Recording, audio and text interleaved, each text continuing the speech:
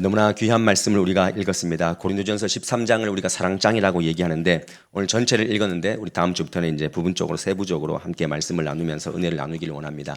13장은요. 1절에서 3절까지는 사랑의 중요성, 그리고 4절에서 7절까지는 사랑의 본질이 뭔가 이렇게 말씀하고 있고 8절에서 마지막 13절까지는 사랑의 영원성에 대해서 이렇게 설명한다라고 우리가 나누어 볼 수가 있습니다.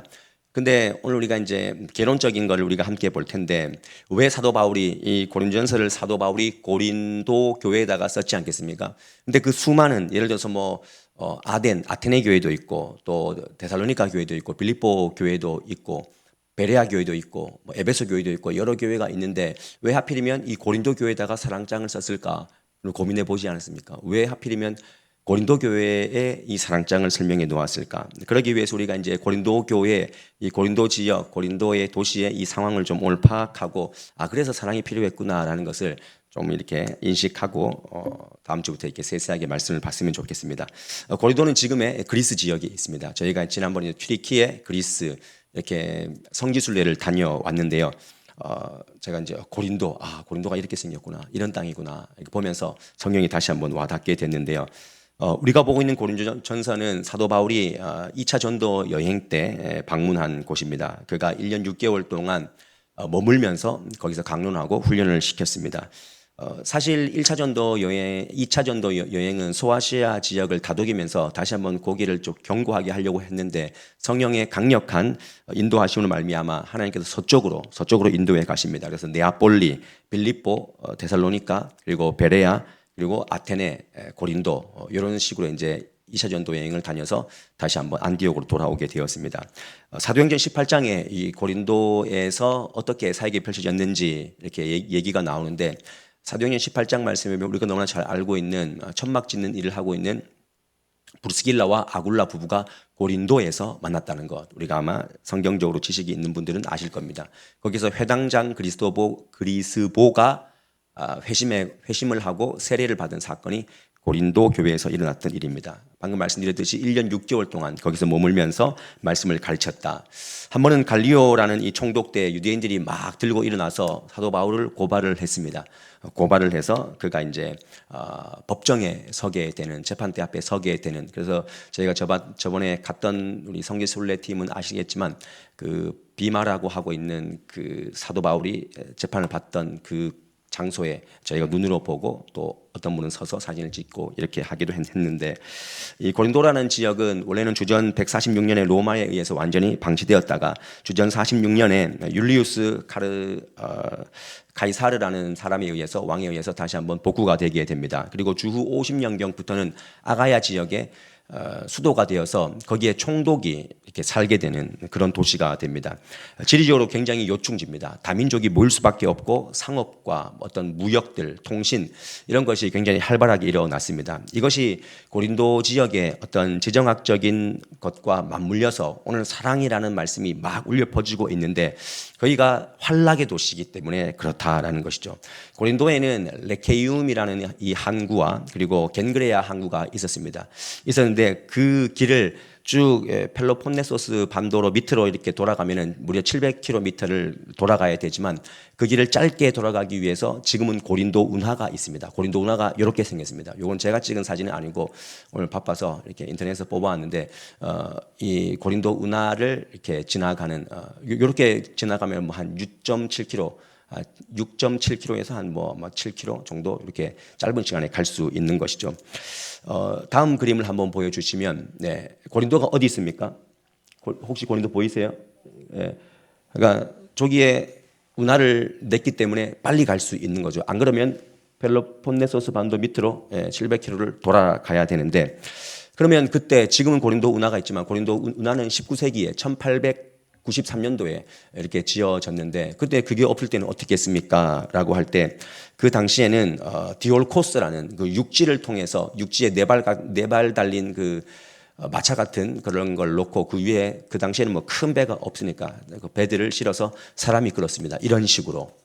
사람이 끌어서 우리는 디올코스라는 그 성지란다 그 공간은 장소는 가보지 못했지만 이런 식으로. 그래서 고린도에는 노예가 한 60%, 그리고 귀족이 한 40% 살았다. 그러니까 배를 이렇게 이동시킨 동안에 뭐 배가 뭐 짧게 가면 한 8시간 만에 쑥 밀어내기도 하지만 정체되어 있어서 좀 밀리면은 며칠이 걸릴 수 있는 거죠. 그래서 배를 정박해 놓고 요거 듀얼 코스로 밀어주세요 해놓고는 고린도 이 지역에 가서 그들이 상주하면서 숙박 다 해결하는 것이죠. 중요한 것은 거기에 사람이 모이고 돈이 모이고 그리고 여러 사람이 왔다는 것은 그들의 신들도 함께 왔다라고 그렇게 보기 때문에 그 땅의 문화가 굉장히 분위기가 좀 그러니까 신들이 모여 있는 뭐 신들의 땅이기도 하고 또 성적으로 사람들이 모이다 보니까 뭔가 느슨해지고 마음이 열리는 그런 경우가 생기는 거죠. 다양한 인종들이 모이다 보니까 이 고린도 교회에 자신들이 믿는 신전들이 많이 생겨났습니다. 이집트 사람들은 이시스, 세라피스 신전을 세웠고 또 에베소 사람들은 아데미 신전을, 베니게 사람들은 아르타르테 신전을 세웠고 그리고 부르기아 사람들은 마그나 마르테 신전을 세웠고 그리고 고린도 사람들은 제우스, 헤르메스, 아테네, 포세이돈, 아폴로 뭐 아스클레피오 뭐 이런 신들을 쭉 세운 거죠. 지금도 가서 보면은 저희가 확인했지만 아폴로 신전이 저렇게 남아 있습니다. 아폴로 신전이 저렇게 남아 있고 저기서 우리가 뭐 사진을 찍기도 했고 지금도 존재가 남아 있고 자연적으로 신전들이 많이 형성될 수밖에 없는 그런 분위기입니다. 그리고 아크로고린도라고 해서 해발 한 575m 정도에 있는 그 아크로고린도 다음 그림에 보시면 저 위에 이렇게 약간 언덕 같은 그 산 위에 저기에는 아프로디테 신전이 있습니다. 그래서 신전을 모시는 그 여사제들이 있었고 거기에 노예들이 있었는데 뭐 어떤 학자들은 역사학자들은 저기에 1000명의 여사제가 있어서 그 사람들과 신전의 제의 행사를 하고 그 여인들과 이렇게 성관계를 하는 그런 문화가 발달해 있었다 이렇게 얘기를 하는데 뭐 또 반대로 말하는 학자들은 저기에 1000명의 사제가 올라갈 만한 그런 지형이 되지 않는다. 이렇게 고고학적으로 발굴하다 보니까 그거 되지 않는다 이렇게 얘기를 하는데 중요한 것은 제사의 일환으로 다른 성격의 성행위가 그 가운데 존재했다는 것은 의심할 여지가 없습니다. 아무튼 이런 신들과 상업적인 분위기와 돈을 가진 부자들과 사람들 이런 사람들이 만난 고린도 이 고린도는 타락할 수밖에 없었습니다. 그래서 헬라어로 이런 말이 유행하기도 했습니다. 코린티아 조마이 이게 어떤 뜻이냐면 고린도식으로 논다 이런 뜻이 있습니다. 이게 어떤 의미가 있냐면 무절제하게 서로 간음해버린다 이런 의미가 있는 것입니다. 뭐 그들의 신들 가운데 술의 신이라고 하는 디오니소스라는 이 신의 축제가 열릴 때는 광란의 혼음이 일어난대요. 혼음 막 섞이는 거죠. 남녀가 서로 다른 부부끼리 막 이런 식으로 막 혼음이 일어나는 거죠. 술을 먹으니까 혼미해지지 않습니까? 사람이 막 모이고 돈이 있다 보니까. 그래서 이렇게 우상 숭배와 음란이 일상으로 굉장히 이루어졌던 이 어둠의 땅이 고린도 땅이다. 놀랍게도 이 고린도 지역에 사도 바울을 통해서 복음이 들어갔다는 것입니다. 어두울 때도 이렇게 야 여기 어떻게 복음이 들어갈 수 있어라고 하는 그 땅에도 복음이 들어갔다는 것입니다. 그를 통해서 복음이 전해졌지만 그들의 판이 워낙 음란하고 타락한 도시라서 그들은 신앙생활을 했지만은 좀 욕망을 따라가고 사람을 따라가고 육체의 소욕을 따라가는 그런 부분들이 많이 있죠. 그래서 고린도 전후서를 쭉 읽어보면 고린도 교회에 파도 굉장히 많았지 않습니까? 뭐 나는 아볼로파다, 나는 바울파다, 나는 뭐 게바파다, 뭐 나는 그리스도파다, 뭐 이렇게 쭉 파도 굉장히 많이 형성되었고 심각한 음행으로 말미암아 그걸 세상의 법정에다가 또 소송하는 이런 문제가 또 생겼고 결혼이나 이혼에 대해서 막 그릇되게 생각하는 사람들 때문에 사도 바울이 편지를 썼고 그리고 성도들 사이에 우상들이 너무 많다 보니까 우상에게 드렸던 이 음식 먹어도 됩니까? 뭐 안 먹어야 됩니까? 이런 문제들도 굉장히 많았고요. 심지어는 부활을 부인하는 사람들도 고린도 교회에 굉장히 많이 있었다. 근데 더 큰 어떤 특이한 점은요. 이런 교회 안에 성령의 은사가 나타났다는 것입니다. 성령의 은사. 저희가 지금 13장을 읽었는데 12장 고린도전서 12장에는 은사장이라고 해서 성령의 은사들이 쭉 나옵니다. 그리고 13장 다음 14장은 방언과 예언을 어떻게 우리가 사용해야 되는가에 대해서 말씀하고 있습니다. 이런 구조로 지금 편지를 쓴 겁니다. 고린도 교회 사람들이 성도들이 은사를 받았는데 은사를 구하고 은사를 막 나름대로 사용한다고 하는데 12장에서는 그 은사들 뭐 여러 가지 나는 어떤 사람은 선지자, 어떤 사람은 사도, 어떤 사람은 교사, 어떤 사람은 능력을 행하는 자 이렇게 은사를 많이 받았고 그리고 은사를 어떻게 사용해야 되는지 14장에 쭉 말하고 있는데 그 12장과 14장 가운데 사랑장을 딱 두면서 강조하는 것이 뭐냐면 너희가 영적인 은사, 성령의 은사 이 모든 것은 교회의 유익을 위해서 그리고 신앙이 연약한 사람들 그리고 특별히 새가족 그리고 믿지 않는 자들을 위해서 부족한 성도끼리 서로 섬기라고 준 건데 하나님께서 너희는 그것을 사랑으로 사용하고 있지 않다라는 것입니다. 사랑으로 선용해야 되는데 그것이 뭔가 자기를 과시하고 나는 이런 은사 받았어 하면서 이기적으로 변화했다는 것입니다. 그래서 이런 모습을 보면서 은사를 구할 때도 그렇고 은사를 사용할 때도 그렇고 반드시 그 가운데 샌드위치의 빵과 빵 사이에 중간에 굉장히 중요한 뭐 햄과 계란과 치즈와 이것이 있는 것처럼 사랑이 있어야 된다라고 강조하는 것입니다. 이런 고린도 교회의 판과 이런 영적 상황들을 한번 생각해 보십시오. 여러분 고린도 땅에 우리가 뭐 다 사랑이라고 사랑이 아니지 않습니까? 오늘 우리가 읽은 사랑은 아가페적인 사랑인데 아가페의 사랑인데 그들에게 뭐 우리가 살아갈 때 에로스의 사랑, 육체적인 사랑 필요합니다. 근데 그들의 그 에로스의 사랑이요 육체적이고 매우 감각적인 사랑으로 완전히 판이 흘러갔다는 것이죠. 그리고 그 안에 아가페의 사랑을 모르니까 그 사랑이 욕망이 되고 탐욕이 된다는 거죠. 사도 사무엘하 13장에도 보면은 다윗의 배다른 아들 중에 암논이라는 그 아들이 있는데 그 아들이 압살롬의 누이인 그 다말이라는 사람을 여인을 굉장히 사랑하지 않습니까? 사랑해서 울화병이 이를 정도로 화가 나서 그 사랑을 냈습니다. 그래서 억지로 그 여인과 동침하지 않습니까? 동침을 했는데 동침하고 나니까 그가 또 미워지는 거예요. 그것이 성경에 있는 이 에로스의 사랑의 잘못된 모습, 내가 소유하려고 하는 그런 모습, 이런 사랑이 고린도 교회 이 고린도 땅 가운데 횡행했다는 것입니다. 고린도에는요 친구와 친구끼리의 그 사랑, 그 우정이라고 하는 그 필레오의 사랑이 없었겠습니까? 우리도 필요하지 않습니까? 근데 이 우정이라고 생각하는 이 사랑도 오히려 끼리끼리 마음 맞는 사람끼리 우리끼리 우정이야 하는 마음으로 파당을 일으키는 그렇게 변질된 그런 우정을 지금 그들은 보여주고 있었습니다. 그러니까 이 고린도 교회에서 육체가 원하는 대로 그들이 원하는 방향으로 사랑을 다 썼을 때 그들에게는 신들에게 제사를 드리고 여사제들과 음행을 하고 목욕탕, 뭐 우리가 가서 봤지만 목욕탕이 얼마나 많습니까? 목욕 문화. 여러분 그 목욕 문화는 그냥 문화가 아니라 뭐 정치적인 이야기도 하지만 그 안에서 굉장히 혼음하는 그런 행위가 많이 벌어졌습니다. 이런 이런 것이 자연스러운 땅에서 사도 바울이 지금 아가페의 사랑을 외치고 있다고 한번 생각해 보십시오. 제가 아까 뭐 고린도 운하부터 쭉 설명하면서 이제까지 이 고린도의 상황을 다 말씀드렸는데 뭐 다 말씀드리지 못하지만 짧은 시간에 그런데 이 땅에서 지금 아가페의 사랑을 외치고 있습니다. 고린도 사람들아, 너희들이 빼앗고 돈으로 사고 가져야 되는 그 사랑이 아가페 사랑이 아니라는 것입니다. 몸으로 막 만지고 내가 느끼고 나를 해소하고 자기 연민의 한 부분으로 악용하고 있는 그 사랑, 그것이 아가페 사랑이 아니라는 것입니다. 끼리끼리 파당짓는 그런 필레오의 사랑, 그거 진짜 사랑이 아니라고 말합니다. 아가페 사랑은 술과 어떤 소유욕으로 정신이 혼미해서 막 섞여버리는 그런 사랑이 아니다. 그리스 로마 신화에도 보면은 그 모든 뭐 신들의 전쟁이 사랑과 전쟁이기도 하지만 또 질투와 죽음 다 막 섞여 있지 않습니까? 한번 상상해 보십시오. 디올코스에다가 배를 맡긴 선장이 고린도 그 지역에 가서 마을에 가서 어떤 마음으로 누워 있겠습니까? 어떤 마음으로 목욕탕에 있었겠습니까?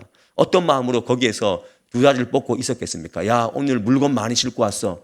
야, 내 배에 지금 보물이 얼마나 실려온 줄 알아? 하면서 그 목욕탕에서 몸을 담그고 마음에 드는 여자를 사가지고 그렇게 성적인 행위를 하고 또 신전에 헌금을 바치고 그리고 그 신전에 있는 여인들과 막 매음을 하고 이런 승리자의 땅에서 보상과 권력으로 주어지는 이 사랑, 그들이 추구했던 것은 힘 있는 자, 승리자가 가질 수 있는 그 사랑이 지금 그 땅 가운데 만연했는데 사도 바울이 그 사랑은 진짜가 아니야. 그 모든 사랑의 밑에 바탕에 아가페의 사랑, 하나님의 사랑이 없으면은 너희들 진짜 사랑이 아니다라고 말합니다.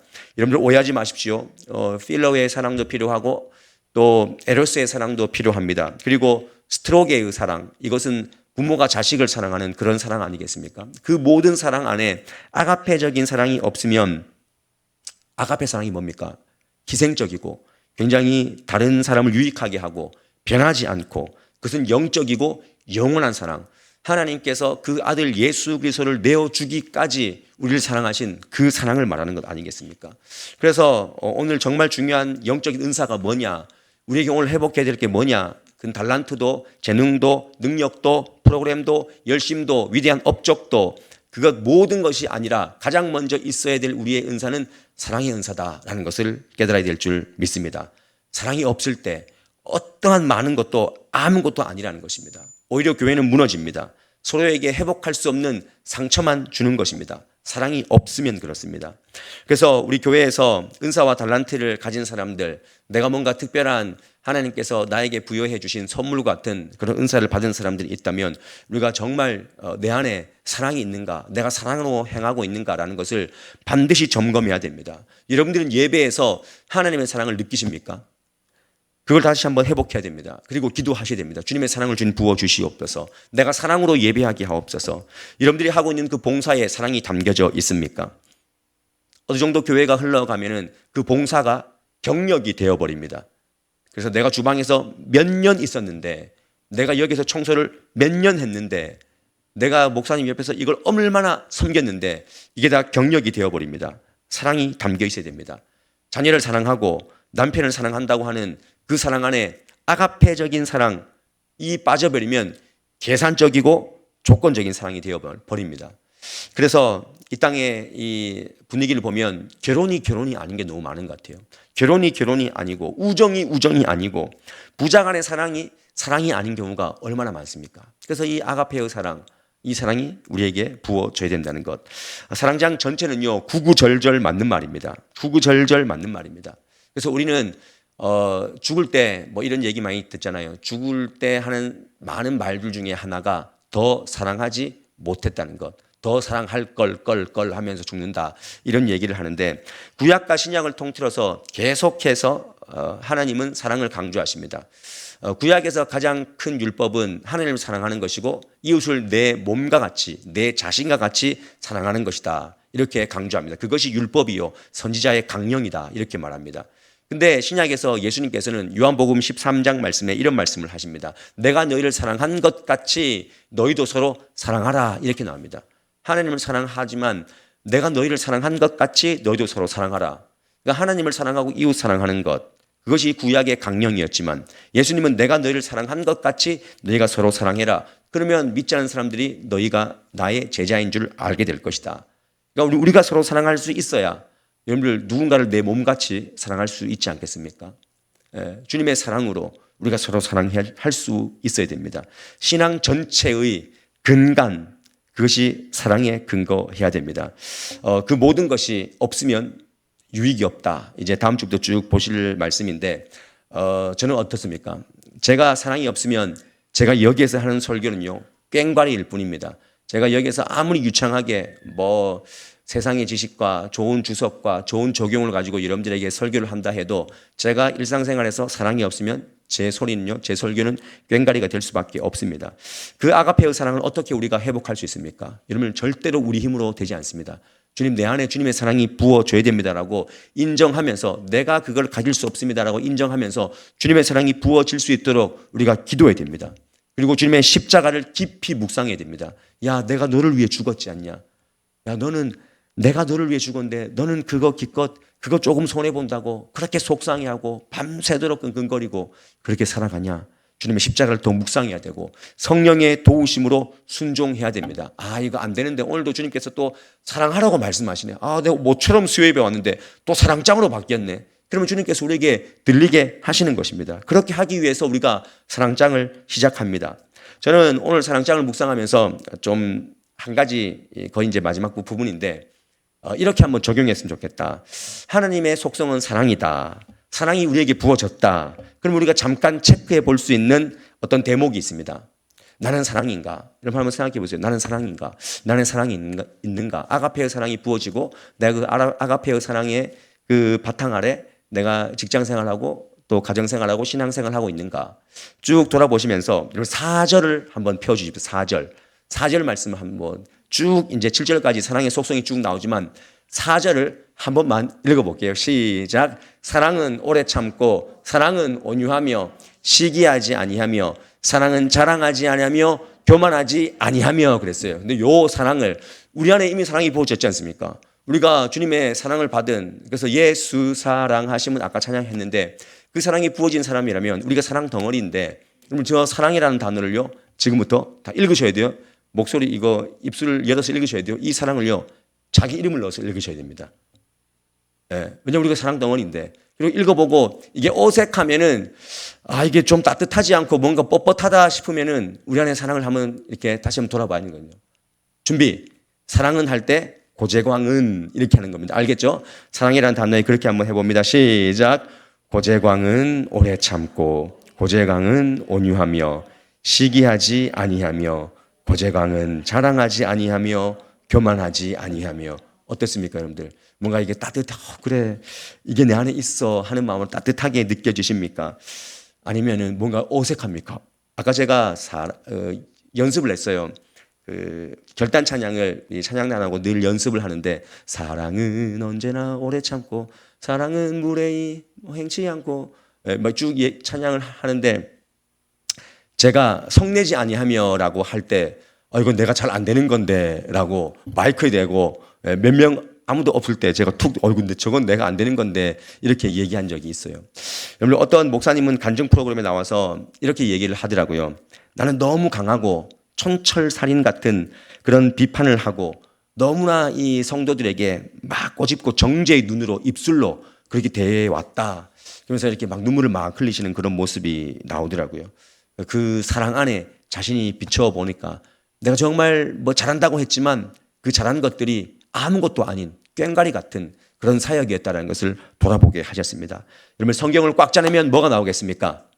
사랑이 나옵니다. 여러분들 성경을 꽉 짜내면 사랑이 나옵니다.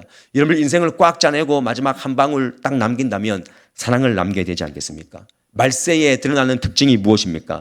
마태복음 24장 말씀에 보면은 불법이 성함으로 많은 사람이 사랑이 식어지리라 그랬습니다. 예수님께서 불법이 성하기 때문에 사랑이 다 식어진다. 그래서 우리는 향기로운 수요예배를 통해서 다시 한번 사랑을 묵상해서 우리 자체가 사랑 덩어리가 되게 할 것입니다. 성령의 9가지 열매 쭉 있지만 여러분 성령의 9가지 열매 첫 번째가 뭡니까? 사랑입니다. 여러분들 성령의 9가지 열매 중에서 4번째가 뭔지 아세요? 오래 참음이에요. 마지막은 뭘까요? 절제입니다. 절제입니다. 여러분들 보세요. 근데 오늘 4절부터 7절까지 사랑의 속성을 쭉 읽어보면은 사랑은 해놓고는 오래 참고 마지막 7절 마지막에 견디느니라 그랬어요. 성령의 열매 가운데 바닥과 기둥과 지붕 같지 않습니까? 사랑은 오래 참고 그 다음에 견디느니라. 절제하는 거죠 여러분들. 다시 한번 우리는 사랑입니다. 사랑 빼면 시체입니다. 하나님의 사랑을 이해하면 어떤 고난도 우리는 이길 수 있습니다. 우리 가정에 진짜 필요한 게 돈이 아니라 성공이 아니라 어쩌면 하나님의 사랑이 아닐까. 내가 늘 속상한 이유도 사랑이 없기 때문이 아닐까. 우리 교회도 사랑이 없으면요 부흥할 수가 없습니다. 저는 여러분들을 이 사랑장을 통해서 다시 한번 제가 작년에도 이런 얘기 한 것 같은데 저는 여러분들을 위해서 더 기도하고 더 사랑하겠습니다. 이런 말씀을 분명히 드렸습니다. 다시 한번 내가 더 사랑해야 되겠구나. 그리고 여러분들도 저를 바라보실 때 우리 목사님 정말 연약하고 부족하고 참 뭐 별거 없지만 주님 저 인생을 사랑하겠습니다 하는 마음으로 이름을 받아주시길 바랍니다. 사랑은 받아들이는 것입니다. 그리고 교회가요 누군가가 들어와 보면 그 사랑을 느끼는 겁니다. 이 교회는 따뜻해라는 그 사랑을 느끼는 거죠. 저는 우리 경북도청 서부교회가 따뜻한 교회가 되었으면 좋겠습니다. 우리가 따뜻하면 우리가 하나하나 불씨가 되면 예배는 뜨거워질 수밖에 없고요. 제 말씀은 불이 될 수밖에 없고요. 사역은 순조로울 수밖에 없고 여러분들 이 도시는 따뜻해질 수밖에 없습니다. 여러분들 우리가 이 마음 가운데 이런 사명이 우리 안에 이 사역이 우리 안에 반드시 펼쳐져야 된다는 사실을 기억하시고 사랑으로 사역하는 우리 교회 또 여러분들의 가정 여러분의 직장의 삶이 될 수 있기를 주님의 이름으로 간절히 축원드립니다. 옆에 분에게 이렇게 한번 인사하겠습니다. 사랑합니다. 시작. 사랑합니다. 사랑합니다. 사랑입니다. 사랑. 오늘 이 찬양으로 함께 주님께 나아갔으면 좋겠어요. 예전에 정말 이거 오랜만에 불러봐요. 제가 이거는 뭐 거의 80, 90 수준의, 우리 간사님이 항상 이게 선곡을 하실 때 이 설교 말씀 읽고 선곡을 하거든요. 오늘 이 찬양을 뽑았길래 옛날 추억이 나면서, 그 옛날에 막 춥고 추운 그 마룻바닥이 막 생각이 나면서, 그래도 그때는 막 더 사랑이 있었던 그런 또 추억이 떠올라집니다. 여러분들 오늘 이 찬양을 하시면서 우리가 다 알고 있는 사랑의 속성이지만, 주님 내가 저 사랑이 되게 하옵소서 하는 마음으로 함께 고백하겠습니다.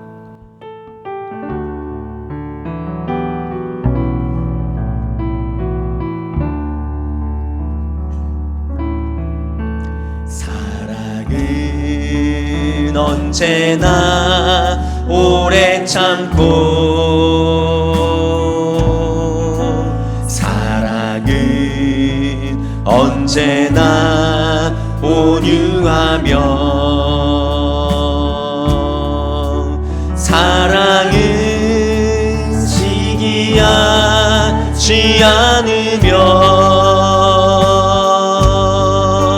자랑도 교만도 아니하며, 사랑은 무례히 행치 않고, 사랑은 무례히 행치 않고,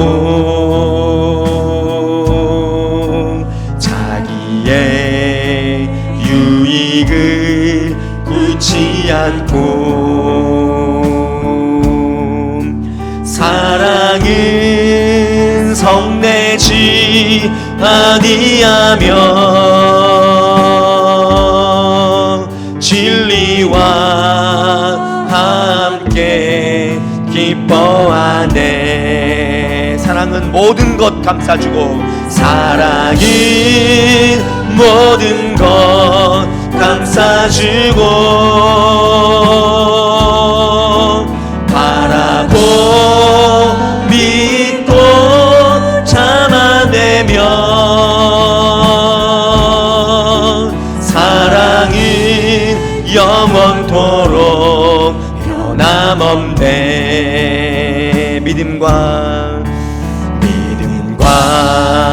소망과 사랑 중에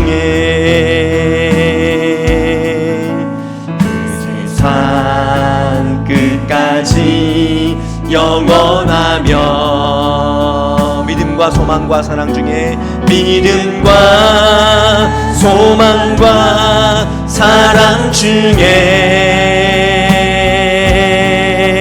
그 중에 제일은 사랑이라. 그 중에 제일은 사랑이라.